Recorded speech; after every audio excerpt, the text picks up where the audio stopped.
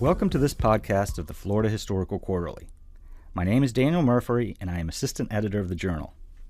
If you are new to these podcasts, please visit the Florida Historical Quarterly on Facebook, where you can now access abstracts of each article in the current issue of the journal. In 2015, the FHQ will continue publishing a series of 6 special issues in recognition of the quincentennial of Ponce de Leon's first visit to Florida in 1513. Next year's special issue is dedicated to Florida history during the 18th century, and will be guest edited by Professor Sherry Johnson. Please look forward to publication of the issue in early 2015. Today's podcast features an interview with Dr. Lisa Lindquist-Dorr, Associate Professor of History and Associate Dean in the College of Arts and Sciences at the University of Alabama. She is the author, editor, or co-editor of several works, including White Women, Rape, and the Power of Race in Virginia, 1900 to 1960. In today's interview, Dr. Lindquist-Dorr and I discussed the content of her article titled Bootlegging Aliens, Unsanctioned Immigration and the Underground Economy of Smuggling from Cuba During Prohibition, that was recently published in the summer 2014 issue of the FHQ. Please introduce yourself to our audience and tell us a little bit about your academic background. My name is Lisa Lindquist-Dorr. I'm an associate professor of history at the University of Alabama, and I've been at Alabama for about 14 years now. I got my start in graduate school at the University of Virginia, and I think I'm one of those people who always picks my research topics based on where I am. So I have thought about what is the unifying theme in what I do. And I think the unifying theme is that I'm interested in the rules about how people are supposed to behave and then how people actually do behave and what is the gap between those two things. So my first book, which was on rape, explored how whites and blacks in Alabama often interacted despite the rules of segregation. And this book that this article is a part of is a look at how Southerners worked with and used alcohol at a time in which alcohol was illegal. Okay, interesting. Well, as far as your article then, can you briefly describe the intersection of Prohibition and the smuggling of immigrants to the U.S. from Cuba during the 1920s? Sure. As your audience may know, the Prohibition Amendment that was put into effect in 1920 made it illegal to buy, sell, transport, or import intoxicating beverages. It was not illegal to consume them. They figured that when the law had been around long enough, Americans would lose their taste for alcohol. But as we know, that did not happen. And Americans were very interested in figuring out ways to get access to alcohol despite the law. There were 3 ways that people generally did. There was distilling, which is a common, every Southerner has a story about distilling in their family.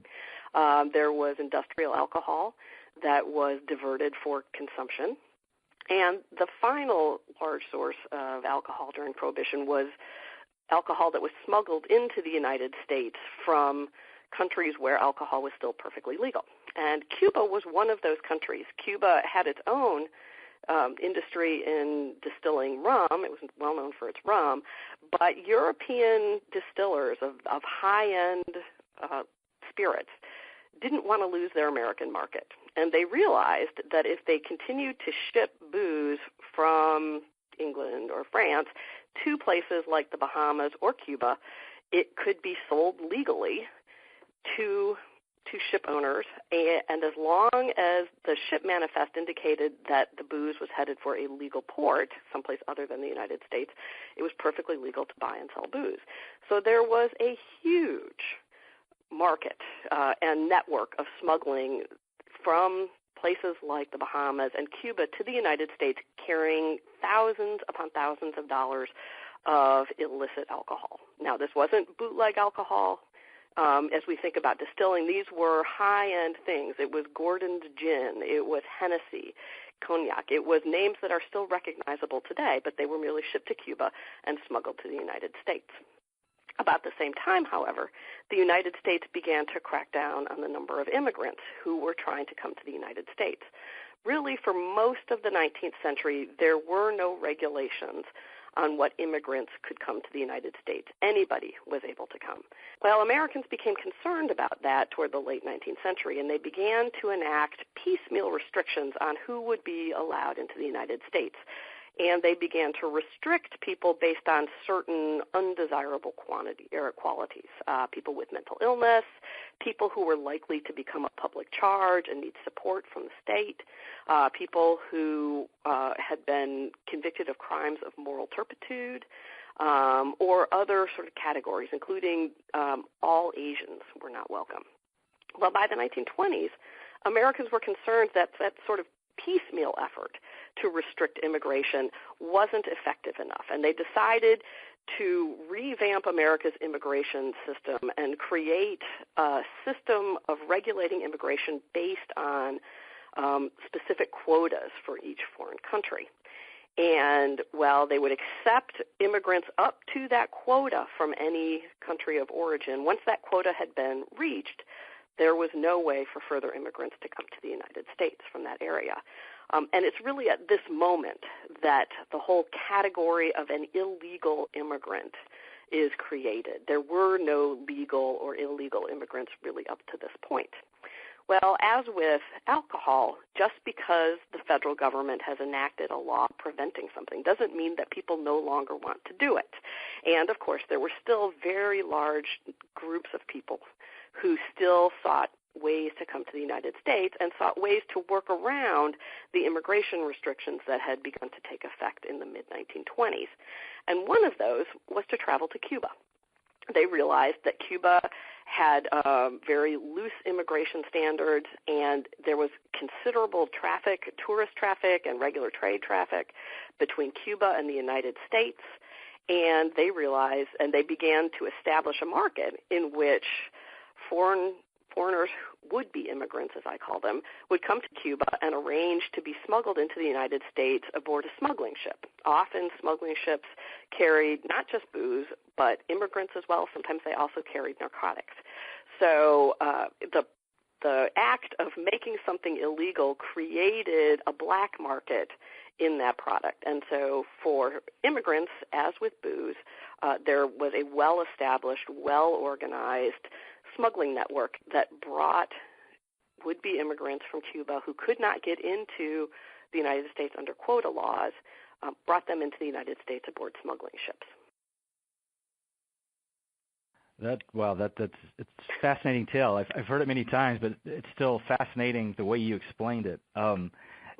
So you're talking about the immigrants coming to Cuba, and you say the lax laws, immigration laws there kind of drew people there. So who are the ones coming to Florida then? Who are the ones, where did they come from to get to Cuba? What were they planning to do when they got in Florida, and what eventually happened to them? What happened to them? Well, I guess the answer of who they were is sort of all of the above, everybody you can imagine. On the one hand, Cuba and Havana had one of the largest Chinese communities in the Americas outside of the United States. So there was a very large number of Chinese who came in who were prohibited from legally immigrating to the United States. So certainly that is one group who came in. But I also found people from Syria, the Middle East, Eastern Europe, Italy, Greece, England, just about every country that you could think of, they would come to Cuba as a sort of way station. Some of them went there initially as tourists and were told that they could easily smuggle. But there was also a widespread network from the shipping companies from especially places like Europe that would advertise that it was easy to get into the United States if you went to Cuba first. So Cuba is a magnet in ways that other island countries aren't because it's independent, it's not a colony, and it had very, very easy transportation routes to the United States. So for many of those immigrants who come, they're landed somewhere along the coast of Florida.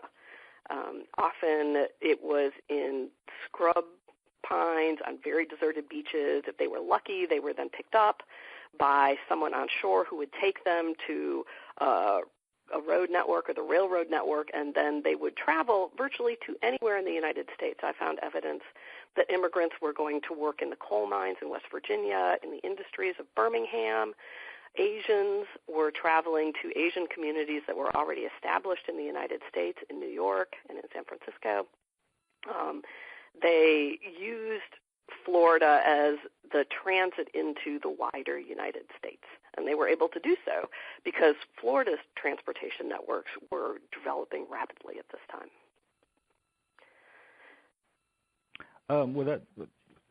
One follow-up then. So it sounds like then most of the immigrants that were coming from Cuba, they weren't actually staying in Florida itself then. They were moving on to other places. There were certainly some. There were some who stayed in Florida.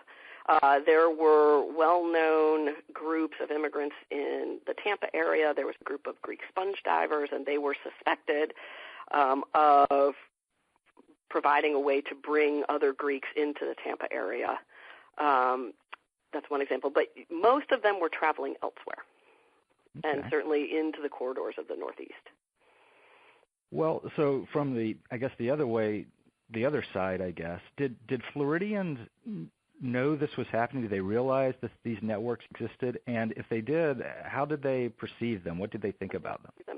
I think that Floridians were very, very aware of smuggling in general. And certainly if they lived along the coast, it was virtually impossible to escape the widespread network of smuggling of all of these illicit commodities, whether it's booze or narcotics or immigrants. And many of them were involved in the trade. It was a way to make money at a time in which a lot of other things weren't so lucrative, especially for Floridians who worked in the fishing trade.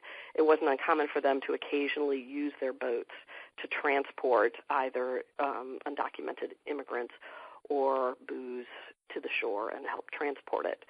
There was some discussion that there were too many people along the coast who were complicit in the smuggling trade because it was incredibly lucrative that a fisherman could make in one night what he could probably make in a month just fishing. But once you moved further away from the coast for groups of people who didn't necessarily benefit monetarily from smuggling, then the attitudes became much more negative. It's important to realize, too, that for many of these immigrant groups, it's existing at a time in which Americans in general are turning their backs on immigrants. They don't like immigrants. They don't like immigrants who don't look like good, white, middle-class, assimilable Americans, who don't look like themselves. So they look with suspicion on any Asian person that they come across. And they don't like people whose skin tended to be of a darker hue, who tended to believe differently, whether they were Jewish or Catholic rather than Protestant. So there's a lot of negative attitudes toward immigrants at this time. And in fact, in Cuba, one of the undercover agents capitalizes on that. He begins to argue to Cuban officials and to American officials that all of the immigrants who are trying to come to the United States are in fact communists and anarchists, and they're hoping to bring their diseased and divisive ideologies into the United States, that they see immigrants as a poison to the body politics in the same way that they see alcohol as a poison to the body. So there's certainly plenty of negative attitudes, and this agent in Cuba is able to get Cubans to begin to deport men who are suspected of smuggling alien or immigrants at the time. He uses that as a way to get the Cubans to shut down on that trade, even though Cubans often argued, well, there is nothing illegal in someone leaving our port and heading to the United States. The crime only occurs when they land in the United States. To clarify, just for the listeners, so when you're talking, are we talking mostly about South Florida as far as where they're landing, or does this go all the way up to the Gulf Coast, the Panhandle? It goes all the way up. I have cases that I have one case of a man named Ching Jack who was an Asian who had a terrible time getting to the United States. He arranged passage aboard the Viola, and it leaves Cuba, and immediately it hits bad weather, and then their motor dies, and their mainsail rips, and they begin taking on water, and they run out of fresh water to drink, so they're forced to drink the whiskey that they also had been smuggling on the same trip. And eventually they drift for about 5 days, and he winds up in Pensacola. So you have all the way along the Panhandle coast, all the way down around and up as far as Jacksonville. There was a large Coast Guard station near Jacksonville, and up into Georgia and the Carolinas as well. But Florida, especially in the Keys and around those areas, there were so many deserted, shallow beaches and inlets that it was very easy for smugglers to avoid Coast Guard boats that were trying to track them, that because most of the smuggling boats had very shallow drafts, they were able to run into very shallow waters, and they could lose the Coast Guard boats who were trying to track them. So it goes all along the Florida coast, but certainly they're aiming for the closest point. Okay. Well, I think then the natural question then to ask is, are there any connections between your research findings and immigration issues currently involving the U.S. today? Yes, I think there are. I mean, I think one of the things you can see is that, as we know, the United States has always been a nation of immigrants, and that while much of the political rhetoric and the media will vilify these immigrants, as they did in the 1920s, when you look at the individual cases, the stories are very, very different. In the 1920s, well, many immigrants were vilified as being communists and anarchists. Many of them were families. There were single mothers traveling with their children. In one case, a woman, she had lived in the United States for years with her kids, and when her husband said they needed to move back to Lithuania, and they do, and she's unhappy, even though her children had been born in the United States, she was prevented from returning. So we have, on the one hand, when you look at the individual lives of the people, these were people that we wanted in the United States. These were good citizens. And I think in terms of immigration today, in many ways, these are people that we want. They work hard, they take care of their families, and they fill a labor category that not many Americans want to do. I think that it is the American way to welcome immigrants. It is also the American way to not like immigrants who are different than the sort of mainstream imagined American is. So I think nothing was really different in the 1920s than it is now. Well, that definitely, one of the reasons we do this is to as historians, is to show the connections between the past and the present. I think that's your research is a great link there, and I know our audience is really going to get a lot out of reading your article. Professor, or I should say Dean, Lisa Lindquist-Dorr, thank you very much for talking with us today. It was my pleasure. Thank you for joining our international audience for this podcast of the Florida Historical Quarterly. The Florida Historical Quarterly is the peer-reviewed scholarly journal of the Florida Historical Society. The Society was founded in 1856 and is the only statewide historical organization in the state of Florida. The Society is headquartered in Cocoa, Florida, and the editorial offices of the journal are in the Department of History at the University of Central Florida. I hope you have enjoyed the Florida Historical Quarterly podcast and that you will consider supporting future scholarship on Florida history by becoming a member of the Florida Historical Society. In recognition of the quincentennial of Ponce de Leon's first visit to Florida in 1513, the FHQ is publishing a series of 6 special issues, each devoted to examining Florida over the previous 5 centuries. We look forward to receiving your feedback on these special issues and other future volumes as well. We also invite researchers to access back issues of the Florida Historical Quarterly on JSTOR. Thank you again for listening to the Florida Historical Quarterly podcast. If you enjoy listening to this interview and know of others who enjoy history, please tell them about the podcast and have them find us on Facebook.